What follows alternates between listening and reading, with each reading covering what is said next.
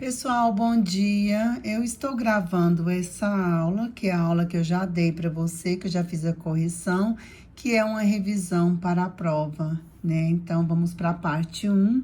Eu estou gravando para enviar para aqueles alunos que não puderam participar da live e também para aqueles que quiserem assistir novamente. A questão número 1, ela fala então de 3 aves, espécies de aves de saíras que são encontradas na América Latina. Ele chamou a espécie A de saíra pintada, a B de saíra do bando e a C a cabeça castanha. E esses 3 aves, elas estão alimentando, elas estão em uma árvore, elas estão em um mesmo habitat, porém o nicho ecológico delas é diferente. Então, o exercício, ele pergunta, responda, letra A, o que é habitat e nicho ecológico. Habitat, meus amores, é o local onde o ser vivo se encontra.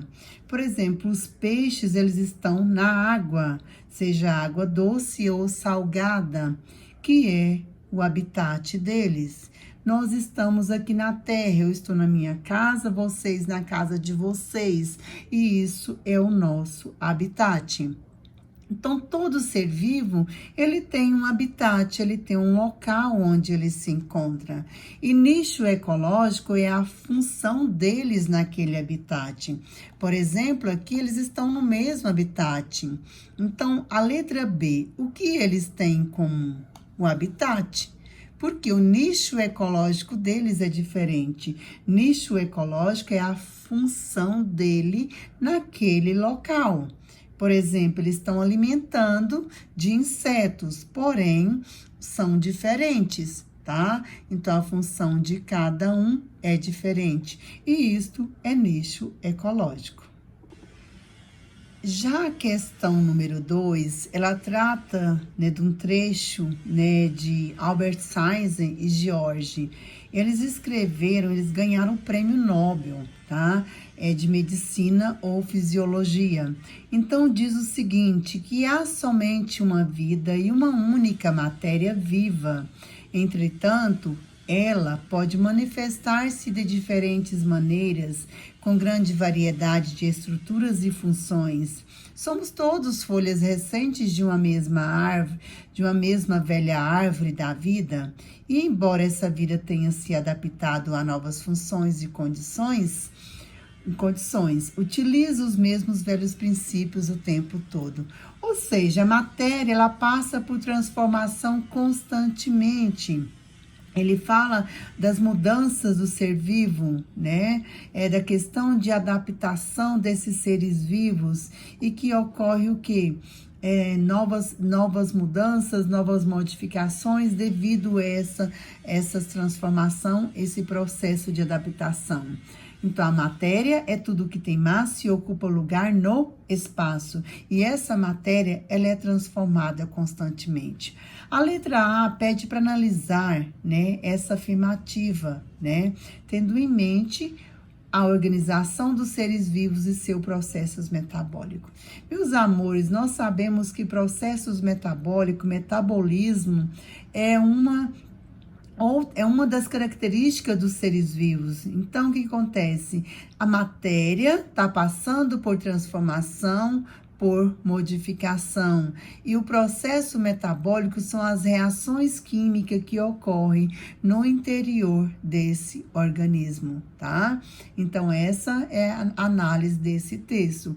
São as reações, são as modificações, são as transformações que ocorrem com os organismos, com os seres vivos no dia a dia. A letra B pede para analisar o esquema abaixo, observando a relação que há entre fotossíntese e respiração celular. A letra A representa o gás carbônico. Então, o que representa a letra B e o processo 2? Vamos ver. Se A é gás carbônico, quer dizer que o processo 2 libera gás carbônico. E onde é que libera? É na fotossíntese ou na respiração celular? Então, a respiração celular libera CO2. Por quê? Na nossa célula entra o oxigênio, o sangue vai conduzir esse gás oxigênio até as nossas células. Lá vai ocorrer uma reação química, onde a mitocôndria, né, vai produzir energia ATP para nossas células e vai liberar em A, que é CO2, tá? E água em B.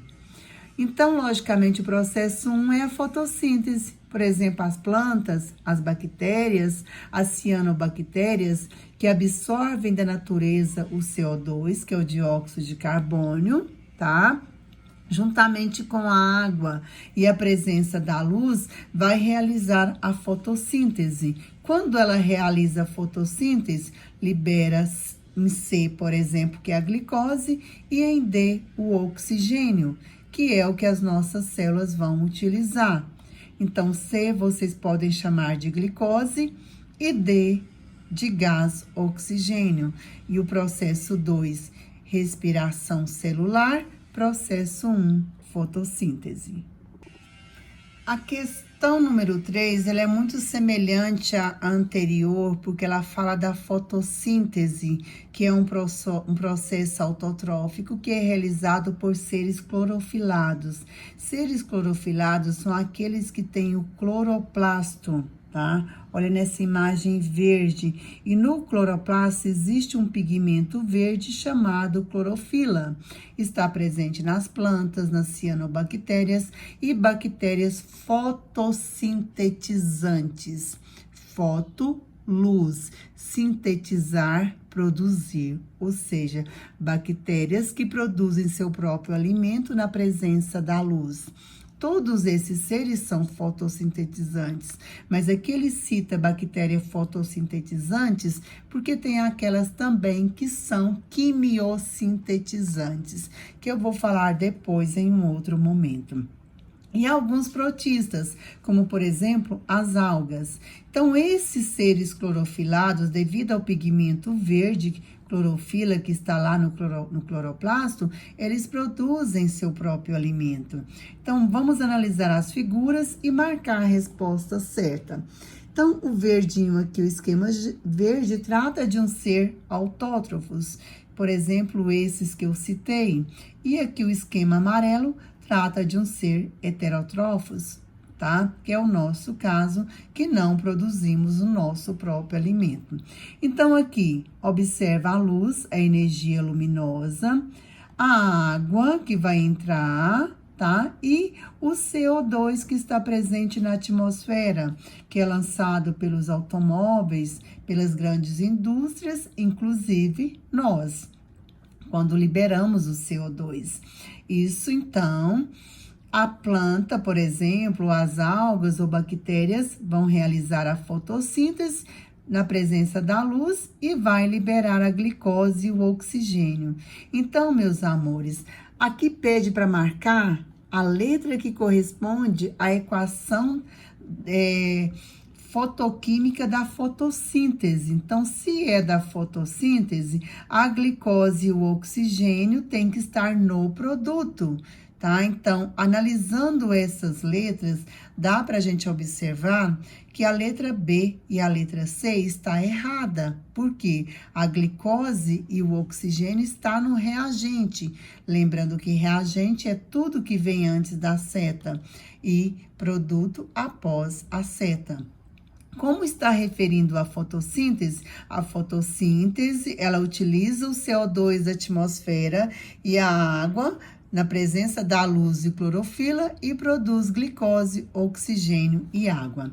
A letra D também é muito parecida. Porém, se cai uma questão dessa no Enem ou vestibular, vocês vão marcar a letra D, que é a equação balanceada. O balanceamento vocês ainda vão ver em química com a Luciane, mas depois eu vou reforçar com vocês esse balanceamento. Então, elas são muito iguais, né? Olha aqui, dióxido de carbono, água, água, glicose, glicose, oxigênio, oxigênio e água. Porém, a resposta correta é a letra D, que já está balanceada. A questão número 4, ela trata da reprodução. Vamos ver, então, os dois textos. O texto 1, ele fala o seguinte: interessada em renovar seu jardim, uma pessoa foi informada de que poderia plantar roseiras e violetas africanas através de mudas. No caso da roseira, utilizava o caule, pedaços de caule, tá? Da planta mãe. E no caso da violeta, cortava a folha e enterrava no solo. Ou seja, esses dois processos davam origem a células filhas semelhantes às células mãe, que é um exemplo de reprodução assexuada, porque não envolve gametas. Já o texto 2, vamos observar. Várias mudas, elas foram retiradas de uma mesma planta, da espécie Orquídea californica, e foram cultivadas em ambientes diferentes. Uma foi ao nível do mar e a outra em grandes altitudes, como, por exemplo, no alto de uma serra. Aí fala que em grandes altitudes, elas cresciam pouco e chegavam a morrer. Meus amores, os dois textos, ele refere à reprodução assexuada, tanto na replicação da roseira e da violeta africana, o método é reprodução assexuada. Então, letra A, reprodução assexuada. Reprodução assexuada por quê? Porque não envolve a união de gametas masculinas e gametas femininas, tá?